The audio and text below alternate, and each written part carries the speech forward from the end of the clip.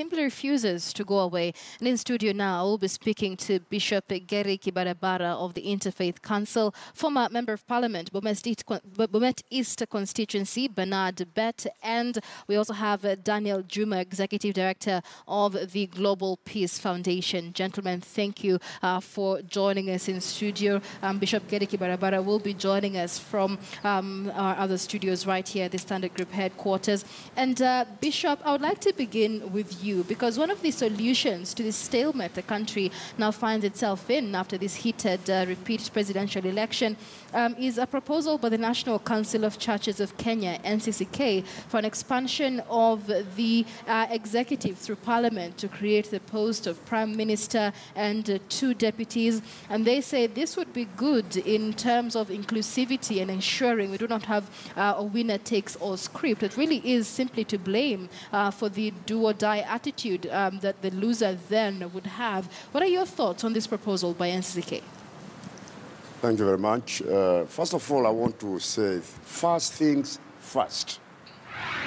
In other words, we do not come in between within just before it's 24 hours after the president was declared the winner, then come up with another proposal with barely 24 hours. It's a total confusion. What I want to say here, the church is not NCCK. NCCK, not the church. That's a very small wing of the church fraternity. I head the Interfaith Council of Kenya. And along with that, there are others like Catholic bishops. They have their own council. Pentecostals have their own, like UCCK, United Christian Churches of Kenya. There are others like Federation and Congress, all fraternities embracing Christian churches in Kenya. So NCCK is not the spokesman. Actually, we do not support it. Because how can you come in very quickly, even before we know what's happening, and say that there should be change of constitution? And who is going to change this constitution when we are in crisis? Maybe future, there will be time to say what we want. What I want to say, I want the world to know that NCCK is not the mouthpiece, the spokesman of the church fraternity. We do not support it, and we cannot do that. All right. All right, Bishop, then maybe that's to pick up from what you said. What is the problem from where you sit? What is your opposition to NCCK's position of expanding the executive, and subsequently, what proposal do you have to counter that? Yes. First of all, like I said, we want first things first.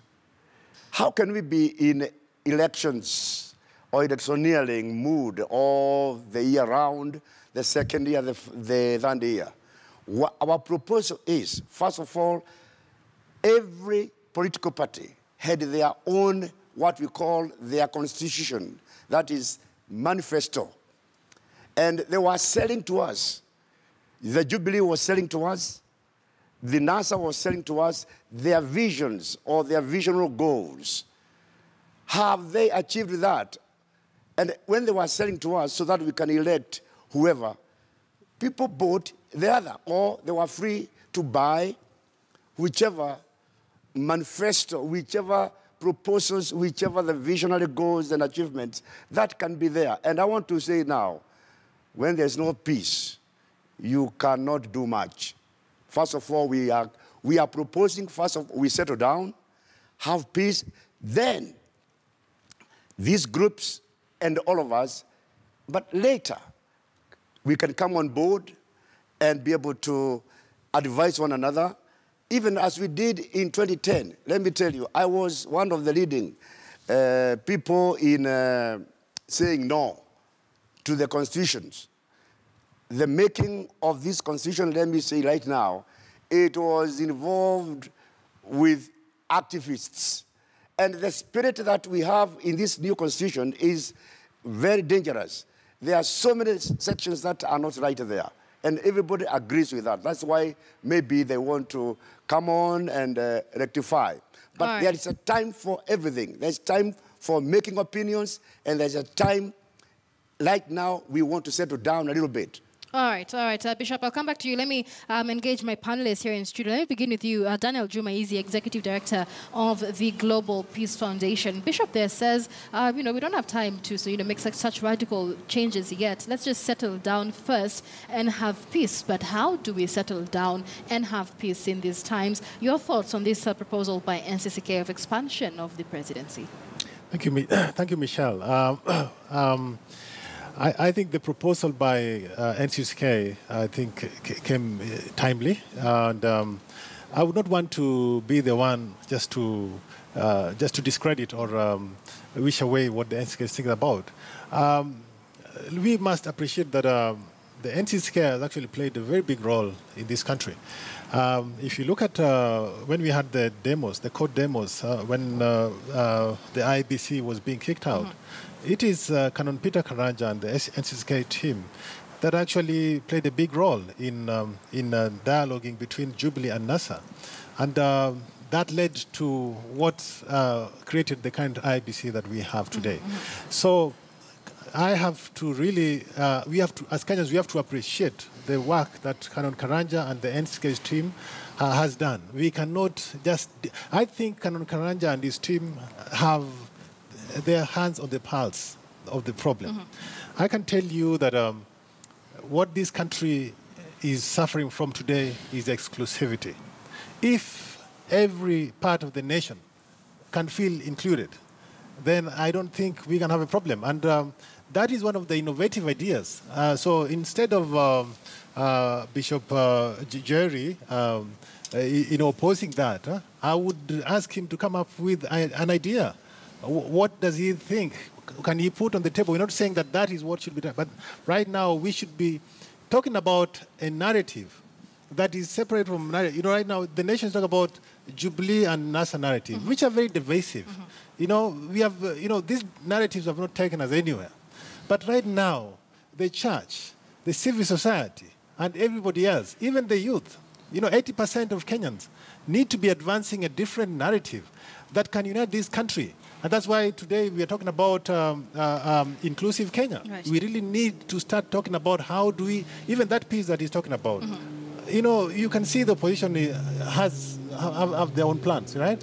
And the government also have their own plans. So if we continue in this mode of fighting and grandstanding, I'm telling you, this piece that we're talking about, we may not see it for quite some time. Right, but the Bishop asks, a credible question. Who is going to even amend this constitution in the kind of situation that we're in? And that's where Honorable Bernard Bett, former Member of Parliament, Bomet East constituency, comes in. Is the time right now for a proposal like the one NCCK is making? My take is, Michelle, my take is that at the moment, we are past election.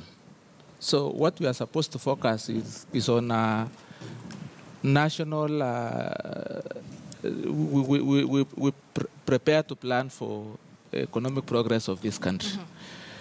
The proposal by NCCK, I'm not opposing in totality, but it's not the right time. We can have national discussion at the right time. But for now, if we are creating positions to accommodate selfish interests, I don't think that one will assist us. Because our Constitution, the Constitution 2010, envisages a situation where a winner can be declared even with 1/4. That is, if we have a situation where one person is getting 50 plus 1, the other one is getting maybe 50 minus 1. So that is a difference of a single vote or even 2/4. But here is a situation where the NASA team were defeated by more than 1 million votes. So those are 1 million votes, not a single vote or two. Right. But we're also saying, as we look into this issue critically, if we are trying to accommodate the losers at the national level, what about the losers at the other elective seats? Because we have governors, we have the runners-up, We have senators, runners up to the MCA. So if we accommodate at the national level, what will happen with the other seats? Because we have to be very careful as we discuss that. All right, let's just to pick up from that, Honorable Bet. In terms of, don't you think that the bigger problem here isn't really a problem of NASA versus Jubilee, the differences within the political parties, but a historical problem that we have seen since the beginning of elections in the country? And like you rightly put it, the Constitution envisages a winner-takes-all situation. The argument by NCCK here is that winner-takes-all script is what brings us here every election period. Is it time then that we do away with the winner-get-it-all script? Because at the end of the day, even if we had the Jubilee winning with more than 1 million votes, there's still millions of people who would have voted or support the opposition, and that is a large chunk of the country. In terms of dividing or uniting this country, don't you think it is a way to go? Kenya is the government today is inclusive, as far as I'm concerned, because service delivery is done across the country. Employment, we have employment, people are being employed from all corners of this country. You can talk of parastatals, you can talk of cabinet, you can talk of everything else. But if these people are telling us that if we bring in the leadership of NASA, that is national inclusivity, I don't buy that, because provided unemployment matters, every Kenyan stands equal chances of getting employment, that is enough inclusivity which we expect from this government. The Constitution 2010 is fairly new to us. And we have devolution working, we have all the institutions working. That is what we should give time. That constitution, we should give it ample time.